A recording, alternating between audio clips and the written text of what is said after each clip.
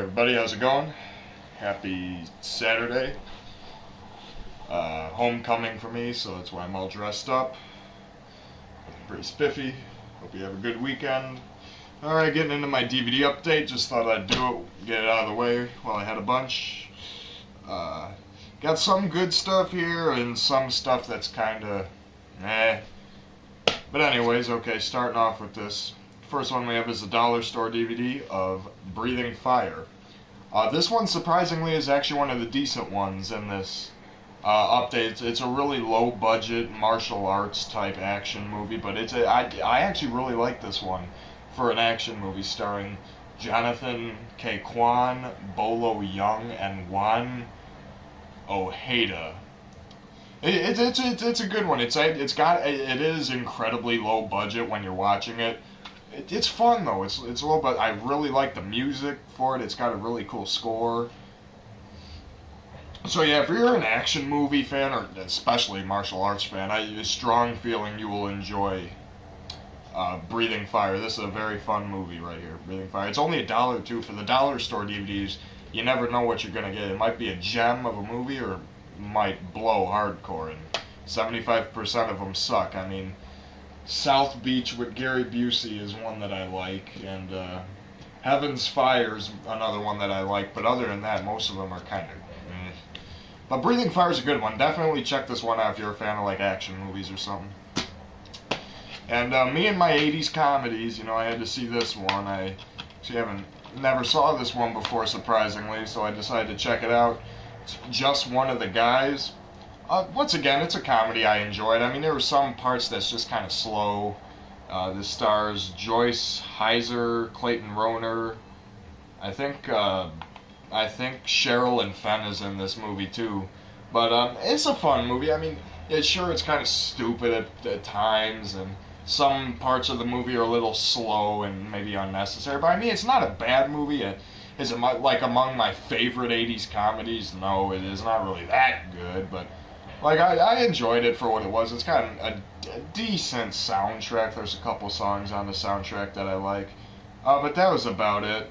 But it's a fun movie. I mean, if you like 80s comedies, I don't see why you shouldn't check it out. It's a decent one. Just One of the Guys. I think there's actually a sequel with Corey Haim called Just One of the Girls, but it was only on VHS. That one never got to DVD, so kind of tells me what that one was like. Now, this next one we got is a set that has 4 movies in it. I have seen all 4. This was a birthday gift for me, actually. And it's all 4 of the Tremors movies. I'm going through them one at a time. Tremors, Kevin Bacon, Fred Ward. It's a lot of fun movie. PG-13, so there's really nothing that over-the-top gore-wise or anything like that. A lot of comedy, you know, Reba McEntire's in it. It's a fun movie. I enjoyed Tremors 1. I will say, however, Tremors 2 Aftershocks is my favorite of the whole series. Tremors 2 Aftershocks is my favorite. Just it takes what I liked about the first one and just amplifies it. It's got a lot of great humor that actually had me laughing. It's just a lot of fun, especially like with Michael Gross's character, Burt Gummer. That's a real fun right there. Yeah, Tremors 2 Aftershocks, it just built on everything I liked about the first one and pretty much amplified it, which I liked. A lot of people would probably disagree with me that I like Tremors 2 more than Tremors 1, but oh well. Tremors 3, Back to Perfection, I know a lot of people hate this one. I mean, I don't hate it, I liked it, but nowhere near the magnitude of Tremors 1 or 2. I will say, though, Tremors 4, The Legend Begins, I thought that one sucked. It was so boring. Yeah. Oof.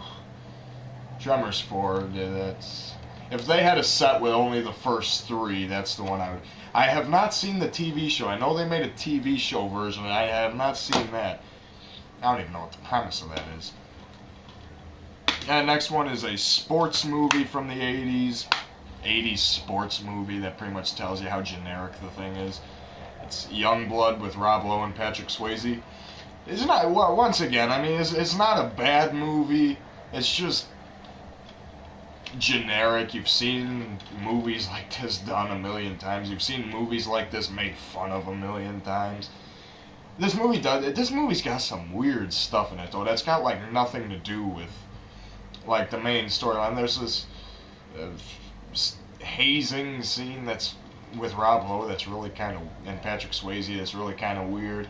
There's a scene involving Rob Lowe and his housemaid or something like that that made absolutely no sense, and Patrick Swayze kissing the referee is.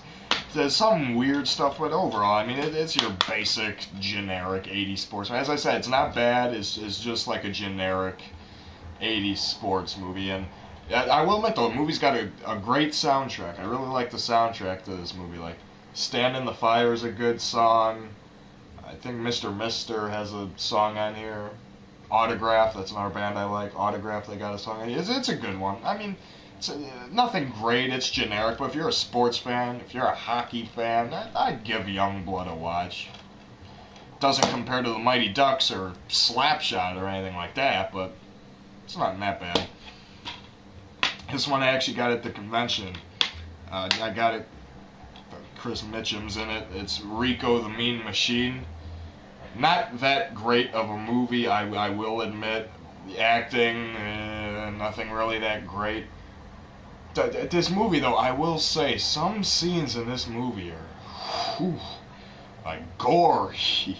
Like, there's this one scene in particular. Guys, if you watch this movie, or if you've seen this movie, you know the scene I'm talking about in this movie. There's a scene there, I guarantee you, you're going to be sitting with your legs folded over like that the entire movie, I guarantee it. So, yeah, there's some stuff in this movie that's kind of, but other than, like, some of the gore scenes, this movie's, it's just a ultra low budget sort of exploitation movie.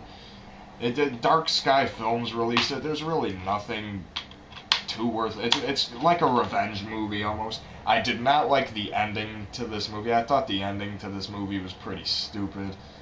But good gore in some of the scenes. There's some really cringeworthy effects, especially if you're a guy.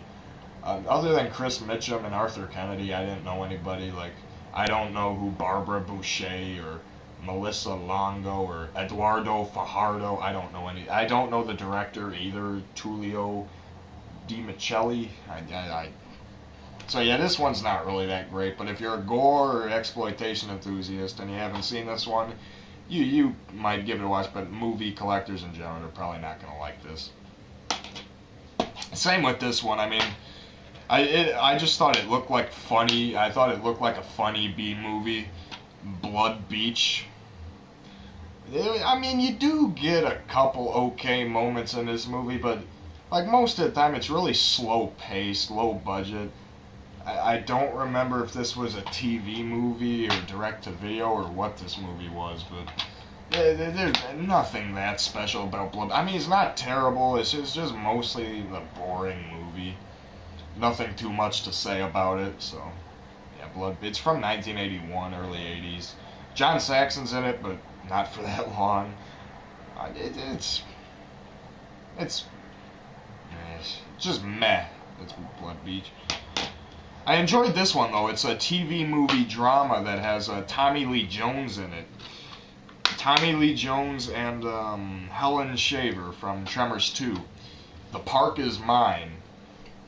It's basically kind of like a thriller with some comedy thrown in and a drama about Tommy Lee Jones playing this war veteran that has post-traumatic stress disorder, and he basically wants to take control over Central Park in New York, I'm pretty sure, and he's booby-trapping it, and like the feds and everything want him out of there. It's a decent movie. I actually really enjoyed this one.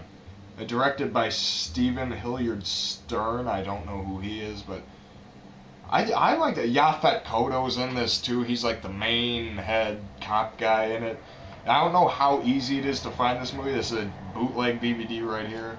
Never had a real DVD release, in the VHS, from what I've seen online, is kind of pricey. But if you do get the chance to see The Park Is Mine with Tommy Lee Jones, it's from 1986. Definitely go for it.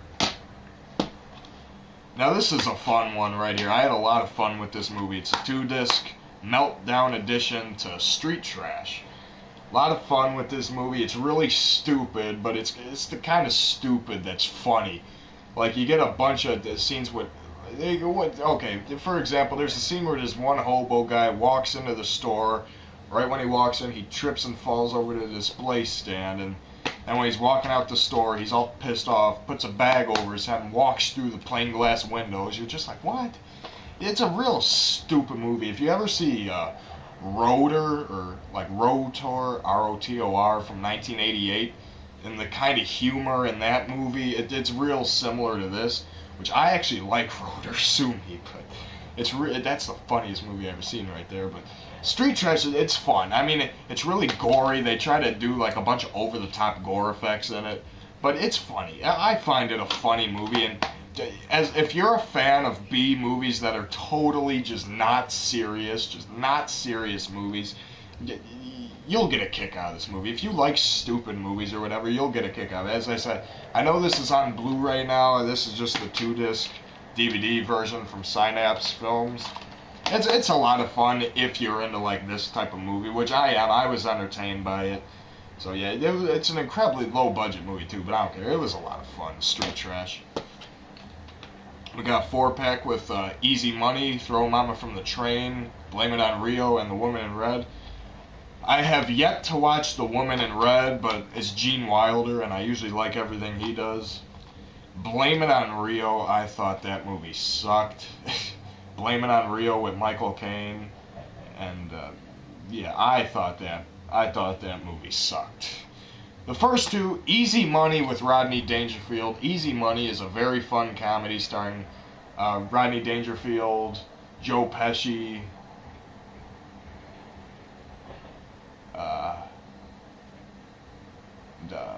Jeffrey Jones. You know, like every single movie that Jeffrey Jones is in, he plays the douchebag scum. And so yeah, Easy Money, it's a lot of fun. Check it out if you haven't seen it. Throw Momma from the Train is decent. I don't know what kind of a reception that movie got, but I liked it, and nowhere near as much as Easy Money, but I mean, I liked it. I'll be right there! It's nowhere near as good as Easy Money. Sorry, got a lot of stuff going on at once here. Next one's a childhood favorite movie of mine, Rookie of the Year, starring Thomas Ian Nicholas, Gary Busey, Daniel Stern, and Albert Hall. A lot of fun, very fun movie. I really enjoyed it. It's been one of my favorite movies since I was 8. It's from 1993. Just a lot of fun. It's a real stupid plot. Yeah, the kid breaks his arm, it becomes real strong, and he pitches for the Chicago Cubs. That's a ridiculous plot, but it's just a fun movie. It's got very fun humor. It's fun to watch. I still found it fun to watch. I had the VHS, but it got wound up in the VCR when I was like 8, so I haven't seen it for years. Very fun movie. It was directed by Daniel Stern, too. I don't know if he ever had that big of a directing career, but I'm trying to go fast here, so definitely check it out if you haven't seen it. This is probably my pick of the update right here. My favorite of all of these is probably this movie right here. And then I got 2 DVDs, actually. This is 1986, the MTV Parties Zone with Martha Quinn. It's 2 original bootleg recordings of MTV back from the 80s. It's VHS quality, but it's nothing that's unwatchable. And it's fun. It's fun. I get to watch original MTV, just going through, get to see the music videos and stuff. Got some great ones on these 2 DVDs. So yeah, this was a very good buy. I liked it. I like a lot of the songs on there. And lastly, I got Volume 10 of Family Guy. As I said, I don't mind the new episodes of Family Guy. I like them. Sue me. But this is a good season. I like this one. It's been a while since I watched this one. It does have some good episodes on it, though. So yeah, definitely. I mean, I know the teenagers, like my teen audience, definitely check. I know a lot of the older movie people don't like this show, but oh well, I liked it. I liked this season. It was a good one. Alright, so going through, we got Family Guy Volume 10, MTV Party Zone from 1986, Rookie of the Year, one of my all-time favorite movies. I'm so glad I finally got around to buying that again. Easy Money, Throw Momma from the Train, Blame It on Rio, and The Woman in Red. Street Trash, very fun, stupid movie. The Park Is Mine. Blood Beach. Ricco, the Mean Machine. The movie's just called Ricco. I don't know why the DVD says The Mean Machine. When you watch a movie, it just says Ricco. So I don't. Youngblood. Tremors 1, 2, 3, and 4. First 3 I'd check out. The 4th one, no. Just One of the Guys and Breathing Fire. Alright, hope you enjoyed that update. Have a nice weekend. I'll talk to you guys later.